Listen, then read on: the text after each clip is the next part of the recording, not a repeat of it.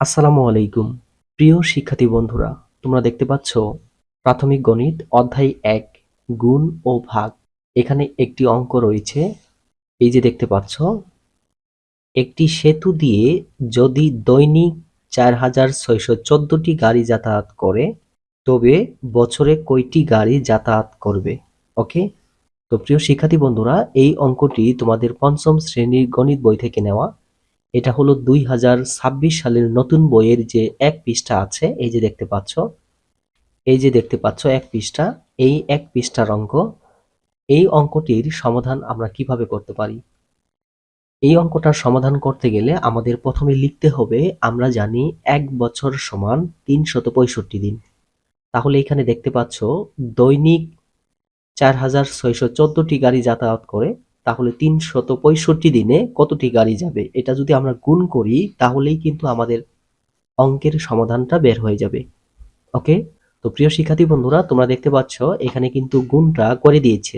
এই যে দেখতে পাচ্ছ, এখানে কিন্তু গুণটা করে দিয়েছে, কিন্তু আমাদের অঙ্কটা সাজিয়ে লিখতে হবে, তাই না? এই জন্য দেখো আমি অঙ্কটি করে দিয়েছি। আমি প্রথমে লিখেছি সমাধান, তারপরে লিখেছি আমরা জানি 1 বছর সমান 365 দিন। ওকে? তারপরে আমি লিখেছি একদিনে গাড়ি যাতায়াত করে 4,614টি, সুতরাং 365 দিনে গাড়ি যাতায়াত করে 4,614 গুণন হলো 365। ওকে? এটাকে যদি আমরা গুণ করি তাহলে আমাদের হয়, তোমরা দেখতে পাচ্ছ, 16,84,110টি। ওকে? এই যে গুণটা আমরা করলাম, এই গুণ ফলটা পেলাম হলো 16,84,110টি।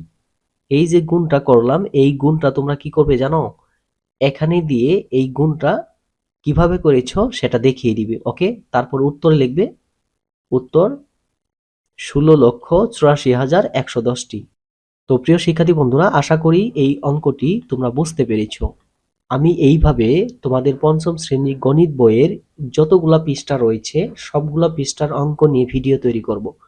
তোমরা অবশ্যই আমার এই চ্যানেলটি সাবস্ক্রাইব করে রাখবে, যেন পরবর্তীতে কোনো ভিডিও পাবলিশ করার সাথে সাথেই সবার আগে তোমরা দেখতে পারো।